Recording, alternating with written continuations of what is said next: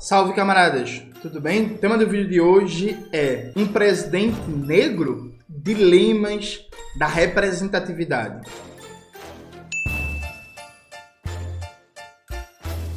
Antes de começar propriamente o tema do vídeo do canal, quero muito agradecer a você que ajuda a manter e melhorar nosso canal a partir do Apoia-se. Seu apoio é fundamental para a gente continuar o nosso trabalho. Se preferir o Pix, está aparecendo aqui como QR Code na tela do vídeo. Note, eu acabei o último texto da série de textos sobre Alberto Guerreiro Ramos. Foram 5 textos. Os primeiros 4 textos, o título é Guerreiro Ramos e a questão racial no Brasil, parte 1, parte 2, parte 3 e parte 4, né? Coloca aí na tela, Maxwell, por favor, cada um dos textos e tal. E a gente chegou no último texto, né? A paralisia da dependência, um balanço do legado de Guerreiro Ramos, em que a gente faz um debate geral, um arremate sobre a obra desse importante sociólogo baiano, nacionalista, figura central no debate público brasileiro na luta de classes no pré-golpe empresarial militar. Em breve, eu vou estar lançando um livro que não é a reunião desses artigos. Atenção, eu lanço esses artigos como forma de receber crítica, receber informações, contestações, debates e tal. Então, é uma forma de eu ir aprofundando os estudos, né? Então, eu recebi muitas respostas nesses artigos, muita gente que gostou, muita gente que discordou, gente que falou que falta debater isso, que essa informação está errada, que essa informação está certa e tal. Então, o livro A Negação do Brasil Negro, Ensaios sobre Guerreiro Ramos e a Revolução Brasileira vai ser publicado em breve, com um conteúdo em vários aspectos diferentes dos artigos, incorporando as críticas, os debates, contestações e por aí vai. E aí, esse livro, ele é parte de um projeto maior. Eu lancei um vídeo aqui no canal porque decidi voltar para academia ou porque decidi fazer doutorado, alguma coisa assim, o título, coloca aí na tela, Maxwell. O que eu falo para vocês que eu voltei para o doutorado porque eu precisava de um estímulo para me forçar a disciplinar meus estudos, né, dentre outras coisas, e conseguir manter um foco, né, que eu tenho leituras muito dispersas. Então eu tenho muita dificuldade de passar um ano lendo um tema, um autor, uma autora, né? E com o doutorado eu estou sendo forçado a fazer isso. Comecei uma pesquisa sistemática sobre o debate racial brasileiro, da abolição até os dias atuais. Esses ensaios, textos sobre Guerreiro Ramos expressam uma parte dessa pesquisa. Nas próximas semanas eu vou começar a divulgar vários e vários textos sobre mulheres negras que pensaram o Brasil e a questão racial. Então vou passar em debate a obra da grande Lélia Gonzalez, a obra de Beatriz Nascimento, de Virginia Bicudo, de Carolina Maria de Jesus, de Sueli Carneiro e por aí vai. Então estou nesse processo, já falei com a Autonomia Literária e a gente vai publicar uma antologia em 2 volumes sobre o debate brasileiro da questão racial. Debate brasileiro da questão racial, desde a abolição até os dias atuais. O primeiro volume da abolição até o suicídio de Vargas, o segundo volume do suicídio de Vargas até os dias atuais.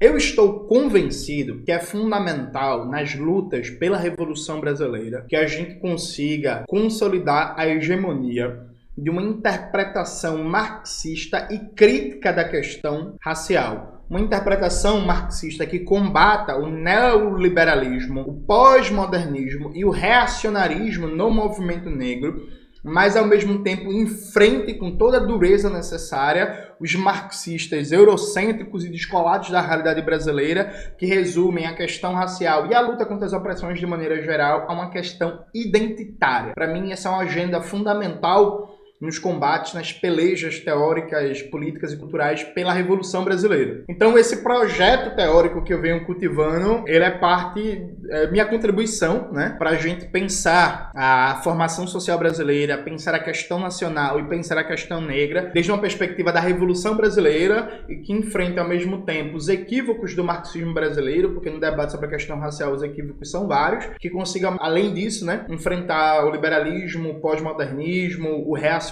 perspectivas garveístas que são reacionárias, afirmo sem medo de errar. Debati isso no livro Pátria Socialista ou Morte, o marxismo latino-americano e caribenho. Lá tem uma crítica muito importante ao garveísmo, que sim, gente, o garveísmo é uma perspectiva reacionária, o que não impede de você ver méritos, ver alguma simpatia no Marcos Garvey, mas o garveísmo, enquanto corrente política, é reacionário, perfeito? E aí, nesse texto, fazendo um balanço da obra de Guerreiro Ramos, eu lanço algumas provocações para o movimento negro, né, brasileiro, assim. Eu vou destacar duas aqui com vocês. Vou ler um trecho do meu texto. Eu peço que vocês leiam um texto completo. Acho que ficou bom. Acho que vocês vão gostar. Primeira provocação. A noção de representatividade acabou se configurando como uma lógica adaptada à dinâmica da ordem burguesa. Dado que, qual é a configuração hoje? Você tem governos neoliberais, sejam governos neoliberais de extrema direita ou governos neoliberais com discurso abstratamente progressista, como é o do governo Lula. O governo neoliberal de extrema direita, ele nega qualquer demanda por igualdade racial, igualdade de gênero, combate à perseguição a pessoas LGBTs e por aí vai. O governo neoliberal dito progressista, ele finge que acolhe essas demandas, mas na prática ele não muda absolutamente nada, dado que se acostumou-se a descolar esses debates do universo da crítica da economia política e do debate sobre poder político. Então se entende que seja possível, por exemplo, enfrentar o racismo sem tocar na propriedade privada dos meios de produção, nas relações de produção e no poder político, né? Como se o racismo fosse apenas uma dinâmica de estrutura cultural, subjetiva, ideológica e desse para enfrentar o racismo sem tocar no poder político e sem tocar na economia. A partir disso, você operacionaliza políticas públicas limitadíssimas, com orçamento medíocre, irrelevante, e coloca lá, né, o Ministério da Igualdade Racial, o Ministério das Mulheres, a Secretaria para a População LGBT e por aí vai, Ministério dos Direitos Humanos. São ministérios sem orçamento, são ministérios que não decidem, não influem em absolutamente nada no que é central e ministérios que servem para basicamente destruir biografia de quem é sério e para quem não é sério, para quem é serviçal do governo do momento, serve para você ficar calado e fazer um bom network, né? Uma boa rede de contatos. Que é, por exemplo, o Ministério da Igualdade Racial, da ministra Nelly Franco, está calado e vai continuar calado pelo resto da vida sobre a privatização de presídios e a manutenção da contra-reforma trabalhista, que são temáticas que atingem fundamentalmente a população negra. Você pega um livro da Lélia Gonzalez, por exemplo, eu estou lendo nesse momento o livro Lugar de Negro, da Lélia Gonzalez e do Carlos... O sobrenome dele é muito difícil. Bota aí o livro na tela, Vaxel. Enfim, a Lélia Gonzalez passa o tempo inteiro, né? Isso aí, comecei nos anos 80, né? A Lélia Gonzalez passa o tempo inteiro debatendo, por exemplo, o desemprego e o trabalho precário como um dos principais instrumentos de dominação e de exploração da população negra. O Ministério da Igualdade Racial no Brasil, ele é proibido de debater questões básicas como essa. Está proibido. Não pode debater terceirização, quarteirização, pejotização, contra-reforma trabalhista, desemprego estrutural, jornada de trabalho, condições de trabalho. Não pode. Está proibido. Então, assim, ministérios que não servem para nada, que, inclusive, não reduzem o racismo, sabe? A prova disso é que, por exemplo, a Bahia tem uma Secretaria da Igualdade Racial. O governo da Bahia, que é o 5º governo petista, agora com Jerônimo Rodrigues, segue na posição do estado em que a polícia mais mata no Brasil inteiro, né? E a maioria dos assassinados na Bahia são pessoas negras. E aí, gente? A representatividade, tem uma Secretaria da Igualdade Racial. O que isto está funcionando? E aí, veja, não me entendam mal, não é que eu seja contra ter Secretaria de Igualdade Racial, Ministério da Igualdade Racial, Ministério das Mulheres, Ministério de Direitos Humanos. A questão é qual é a função desses aparelhos de governo. Porque se a função for ministérios decorativos, sem orçamento, sem poder de decisão, sem capacidade nenhuma de influenciar na política do governo, inclusive considerando todos os limites do que é a dinâmica estrutural do Estado burguês, esses ministérios não servem para nada. Então, assim, não, tem o Ministério da Igualdade Racial, tem o Ministério dos Direitos Humanos, tem o Ministério das Mulheres, tem... E a política econômica é neoliberal de cabo a rabo e todos os ministros e ministras têm que ficar calados e caladas. Porque se falar alguma coisa, vai rodar. Então, há uma diferença muito grande e eu preciso recuperar esse exemplo, porque esse exemplo é bom. O governo Brizola, no Rio de Janeiro, o governador Leonel Brizola, foi o primeiro governo da história brasileira a criar uma secretaria, né, de combate à discriminação racial, eram inclusive abdias de nascimento. Só que aí qual era a questão central? No governo Brizola, a principal política do governo, em termos de política social, era a política educacional a partir dos CIEPs. E Brizola e Darcy Ribeiro falavam um tempo inteiro de como os CIEPs era para a população trabalhadora pobre de maneira geral, mas particularmente para a população negra, porque Brizola, que dominava muito bem o debate racial, inclusive foi um dos elementos que fez com que ele aglutinasse em torno de si intelectuais muito importantes, né, do movimento negro no pós-ditadura. Brizola sabia que a negação da escola digna, a negação de direitos, a negação de possibilidades de futuro atingia principalmente a população negra. Então, num caso como o governo Brizola, como você tinha um governo realmente preocupado com enfrentar a fundo, nos limites do governo estadual, as desigualdades múltiplas da ordem capitalista dependente brasileira, como você tinha de fato um governo preocupado com enfrentar a violência policial contra a classe trabalhadora e particularmente a parcela negra da classe trabalhadora, ter uma secretaria contra a discriminação racial, mesmo com um orçamento, quando você vai olhar, né, na divisão ali do orçamento de secretarias, um orçamento que não era lá muito grande, mas tinha capacidade efetiva de influir na política do governo, porque a preocupação com o enfrentamento ao racismo estava de fato em todo o governo, não era retórica. Então existia no projeto pedagógico dos CIEPs uma clara compreensão que aquela escola era uma escola para a classe trabalhadora no geral, mas que ia atender fundamentalmente os filhos e filhas da população negra. Inclusive tem um vídeo no canal, Brizola e Educação Libertadora, que é o debate CIEPs, bota aí na tela, Maxwell, por favor. Como a gente sabe, o CIEPs foi derrotado, né, pela Dona Rede Globo, a Dona Rede Globo, que hoje em dia diz que é antirracista.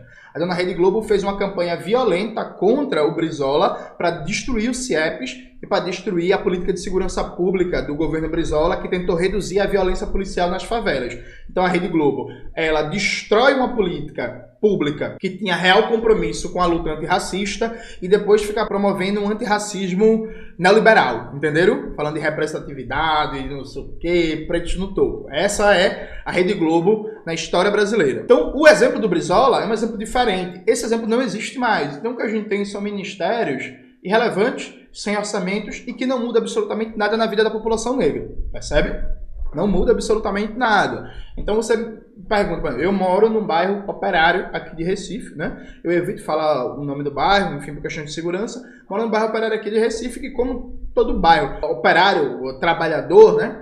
É um bairro majoritariamente negro. Mas as políticas do Ministério da Igualdade Racial, do Ministério dos Direitos Humanos, não chegam aqui não, viu? A gente nunca foi contemplado com nenhuma política. Você não conhece ninguém, ó. Meu irmão, você andar aqui na rua do meu bairro. Você chegar e perguntar assim, ei, pô, e aí o Ministério da Igualdade Racial, importante na tua vida, tá fazendo diferença? Vai perguntar o quê? Como é? Ei, pô, e o Ministério dos Direitos Humanos, importante na tua vida, tá fazendo diferença? O quê? Não? Quem? Sabe? Não chega. Esse é um primeiro questionamento. O segundo questionamento é que, às vezes, parece que o problema é só quantitativo, né? Então o problema é, não, é porque tem pouca representatividade, tem pouco negros e negras em cargos de poder e tal, e que nem é cargo de poder, é cargo de governo, porque governo e poder são coisas diferentes. Gente, é realmente só uma questão quantitativa? Aí eu faço a pergunta óbvia, né? É quanto quantitativo? Então, para a gente enfrentar de verdade o racismo, para a gente começar a transformar a vida da população trabalhadora negra, a gente precisa de quê? A gente precisa de quantos deputados e deputadas negros e negras? Quantos ministros do STF? Quantos CEOs de empresa? Isso não se fundamenta, percebe? Falta estratégia, falta compreensão de país, falta projeto de poder. Tem uns ciristas aí que se acostumaram com um discurso tosco, que o problema do PT é que eles só tem projeto de poder. Tem projeto de poder porra nenhuma, tem projeto de gestão da ordem neoliberal. Se tivesse projeto de poder, seria bom. É projeto de gestão da ordem neoliberal e se manter ali competitivo eleitoralmente, beijando a cruz da burguesia interna e dos monopólios estrangeiros. Então, eu acho que é fundamental para os movimentos negros e para a esquerda de maneira geral, a gente trazer o debate para a realidade brasileira, parar de estar bebendo de maneira bestalhada tudo que é vomitado dos Estados Unidos, o que não significa não estudar a experiência estadunidense, né? O que não significa não estudar Robin Kelly, Angela Davis, Panteras Negras, Malcolm X, Luther King, Huey Newton, o que não significa que não seja fundamental a gente estudar a experiência de outros países. Agora tem que estudar essa experiência com base nas particularidades da formação social brasileira, da questão negra do Brasil, da luta de classes no Brasil, da luta antirracista no Brasil. E a gente tem que se questionar se essa noção de representatividade é mesmo boa, se ela é mesmo funcional, se é mesmo por aí. Eu já debati em vídeos do canal que eu defendo representatividade no âmbito das esquerdas. Eu acho que a esquerda brasileira é muito branca, é muito pequena burguesa. Se a maioria do nosso povo é uma população negra, né, de pretos e pardos, não faz sentido que a maioria do que se chama de lideranças políticas, de parlamentares, de intelectuais, não tenha a cara da maioria do nosso povo. Outra coisa para mim bem diferente é a tal da representatividade no Estado burguês e no mercado. Eu não acho que isso faz diferença nenhuma na vida da população negra. E assim, não acredita em mim, né? É o Malcolm X que dizia isso, percebe? Aí você, tô puto, João, eu discordo de você. Aí vai reclamar com o Malcolm X. Vai reclamar com o Malcolm X. Dito isso, eu quero ler algumas problematizações, algumas reflexões que eu coloquei nesse meu texto para a gente pensar conjuntamente. Esse é o título do texto, né? A paralisia da dependência, um balanço do legado de Guerreiro Ramos. E aí, indo ao texto, presta atenção aqui nesse debate que a gente vai apresentar. Precisamos de uma agenda política e científica voltada para mergulhar na história brasileira e latino-americana. O combate ao liberalismo, pós-modernismo e reacionarismo no movimento negro brasileiro, parte fundamental das pelejas pela Revolução Brasileira, não será feito sem mudar os termos teóricos do debate, os marcos de referência e o horizonte político e de classe da produção teórica. Explico cada um dos aspectos. É preciso pensar o racismo como uma totalidade estruturante da totalidade que é a formação social brasileira, incompreensível quando desconectada das determinações da divisão internacional do trabalho e do imperialismo global. O racismo não é só fenômeno subjetivo, cultural e de identidade, e muito menos uma colcha de retalhos com vários adjetivos: racismo religioso, racismo jurídico, racismo algorítmico, racismo estético, racismo institucional, racismo recreativo, etc. Hiperfragmentar a compreensão do racismo, desconectando da crítica da economia política e do debate sobre formação social brasileira, é útil para produzir descrições fenomênicas superficiais, que caminham para propor alguma política pública de caráter limitado e de baixo orçamento que vai incidir na vida de uma pequena parcela dos grupos diagnosticados como necessitados daquela política pública. E aqui, depois desse parágrafo, no parágrafo seguinte, eu puxo o debate que tem no serviço social para os companheiros e companheiras do movimento negro refletirem sobre algo que no serviço social brasileiro está muito consolidado,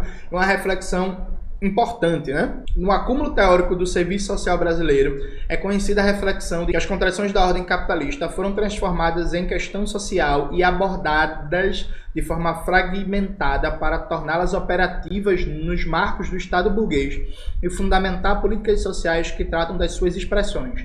O problema da moradia, o problema da população em situação de rua, o problema do desemprego, o problema da fome, o problema do trabalho infantil, etc. Cada problema, expressão da questão social, é tratado isoladamente, com políticas públicas específicas, no máximo com articulação das políticas sociais. No final, temos um gerencialismo das contradições e não sua superação. Com todos os problemas que podemos apontar, Guerreiro Ramos conseguiu pensar o país como uma totalidade e projetar as mudanças a partir de um horizonte de transformações radicais da estrutura produtiva. Afinal, não se trata só de distribuição da riqueza socialmente produzida via políticas públicas, mas da dinâmica de produção dessa riqueza, transformação produtiva, mudança do papel do país na divisão internacional do trabalho e distributivismo, com seus rebatimentos na cultura, subjetividade e normatividade social. Tudo isso estava em tela para o sociólogo baiano. Num país cada vez mais afundado no subdesenvolvimento e na dependência e em franca regressão civilizatória, um marco teórico hiperfragmentado, culturalista, semiologizado.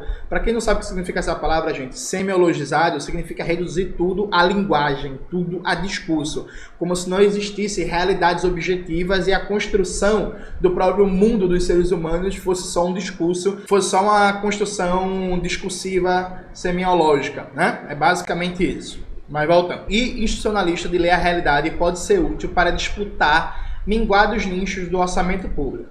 Inegavelmente é funcional para vários grupos, onde todos atuam na lógica farinha pouca, meu pirão primeiro. São esses os termos teóricos para disputar as migalhas que sobram do banquete da burguesia e do imperialismo. O problema é que na República Burguesa, do Banco Central privatizado, do novo teto de gastos, do agronegócio e da especulação financeira, o espaço para políticas públicas é cada vez mais restrito. Vivemos um tempo de orçamentos medíocres para programas de alcance limitadíssimos, enquanto a maioria da população negra afunda cada vez mais na miséria, na superexploração da força de trabalho e na piora das condições de vida, enquanto corre a passos largos a mercantilização acelerada de tudo, saúde, educação, cultura, segurança, etc. E aí, depois desse momento que eu faço um debate sobre essa forma, fragmentada, culturalista, institucionalista de ler o racismo, descolando do debate sobre a crítica da economia política e das relações de poder, eu faço um debate sobre as particularidades nacionais do racismo no Brasil, que eu não vou ler esse trecho, está lá no texto, leiam por favor, e vou para o terceiro ponto que eu coloco. Por fim, chegamos no horizonte político e de classe. Onde queremos chegar? Que Brasil queremos? Era claro o projeto de Guerreiro Ramos, sua estratégia de revolução brasileira. É fácil criticar todos os erros e ilusões à luz do que aconteceu em 1964, mas ao menos havia o que criticar. Hoje, em clima asfixiante, vivemos um presentismo angustiado. Não existe projeto de país do povo trabalhador e o que se chama de esquerda hoje é, grosso modo, um campo político de reprodução do neoliberalismo com um discurso abstratamente humanista e apelo de algumas políticas sociais. Simplesmente não existe horizonte político para acabar com o racismo no Brasil. A representatividade no Estado e no mercado privado tem que ir até onde? Quando todos os juízes do STF, deputados e senadores do Congresso, membros do Executivo nos 3 níveis, CEOs de empresas e maioria dos intelectuais e artistas forem negros, estaremos no fim do racismo? Precisamos de quantas políticas públicas? Quanto de orçamento? É lógico que aqui tem um pouco de ironia e de exagero, gente? Mas uma ironia e exagero para questionar essa lógica automática. Parece que a representatividade no âmbito do Estado burguês, sem transformar a dinâmica de poder e do mercado privado, sem transformar as relações de produção, vai acabar com o racismo. Vai mesmo. Quer dizer que a solução para a população negra é ter CEOs negros em empresas? É isso mesmo? A solução para o STF deixar de ser uma máquina de ataque sistemático aos direitos trabalhistas e a soberania nacional é a maioria dos juízes e juízes do STF serem negros? É isso mesmo? A Rede Globo vai deixar de ser inimiga histórica do povo trabalhador brasileiro, da soberania nacional e de ser um cachorrinho do imperialismo, se tiver mais apresentadores e apresentadoras negros e negras? É esse o horizonte? É isso mesmo? É essa a prática política que a gente quer estabelecer? Eu acho que é um questionamento válido que a gente tem que fazer, percebe? Voltando aqui. É um eterno presente, uma incidência parlamentar aqui, outra captação de recursos ali, uma bancada negra acolá, um estatuto da igualdade racial que nunca sai do papel em outra banda, e assim segue. Num acúmulo de movimentos desconexos, sem horizonte, sem perspectiva racional, sem o básico da política, definir explicitamente inimigos e aliados. Seria ótimo uma presidente negra ou negro, mas para executar que projeto? E aí, gente, que projeto? Redução da desigualdade. Como? Como reduzir a desigualdade? É só com política social? Reduz não. Nos últimos 20 anos, a desigualdade no Brasil cresceu, reduziu um pouquinho a pobreza e a miséria. A desigualdade cresceu.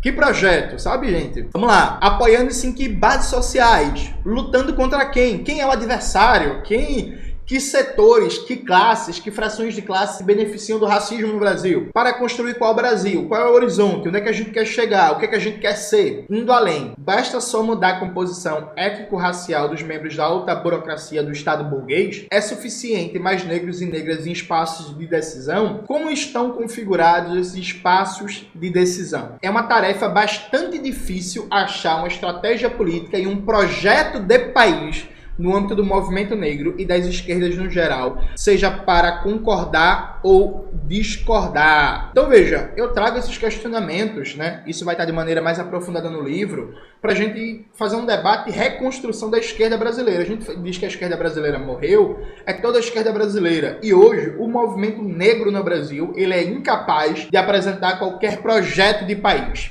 Pelo contrário, o movimento negro no Brasil, a maioria das suas correntes, dos seus grupos, dos seus intelectuais, das suas lideranças políticas, está acomodado a uma república burguesa no capitalismo dependente e a disputar pequenas parcelas do orçamento. Isso não vem mudando a vida da maioria da população negra. A gente precisa mudar o marco teórico, a gente precisa mudar os termos de referência do debate, a gente precisa mudar a estratégia política, a gente precisa construir uma esquerda antirracista revolucionária que tenha claramente o horizonte de conquista do poder político, né? Porque o Lenin dizia que fora do poder tudo é ilusão, inclusive enfrentar o racismo. Então, desde uma perspectiva do debate teórico, da formação, eu vou dedicar os próximos anos da minha vida para a gente fazer um debate cada vez mais brasileiro sobre a questão racial, sobre a realidade brasileira, sobre a questão nacional, sobre a luta de classes no Brasil, sobre a Revolução Brasileira e contribuir para a gente renovar o que a gente chama de movimento negro e de esquerda no Brasil, porque a gente tem que parar de perder, né? A gente tem que começar a ter vitórias e ter como objetivo não só ganhar um pouquinho, não só ter uma política públicazinha aqui, outra política públicazinha ali, um orçamentozinho minguado aqui e ali. A gente tem que querer tudo, a gente tem que querer transformar esse país para enfrentar de verdade as estruturas racistas e a posição subordinada dependente do Brasil no mundo, que se conecta diretamente, inclusive, com legados da era colonial, né? Que da situação colonial para a situação do capitalismo independente há várias mudanças e transformações, mas há também permanências, como a manutenção do Brasil numa posição dependente subordinada da divisão internacional do trabalho. A gente não vai conseguir enfrentar a superexploração da força do trabalho, a transferência de riqueza para fora, o padrão primário exportador desse país, só com políticas públicas limitadas. A gente não vai conseguir dar respostas à maioria da população negra no Brasil, que é trabalhadora, com políticas públicas limitadas. A gente precisa de outro horizonte. Esse horizonte, para mim, é a Revolução Brasileira, e por isso é fundamental que a gente mude os termos de debate, que a gente reconstrua as esquerdas para enfrentar tanto aqueles marxistas eurocêntricos, pequeno-burgueses, descolados da realidade, que não entendem que a classe trabalhadora tem materialidade, a classe trabalhadora tem gênero, tem raça, tem particularidades regionais, como enfrentar as correntes liberais e pós-modernas no âmbito do movimento negro.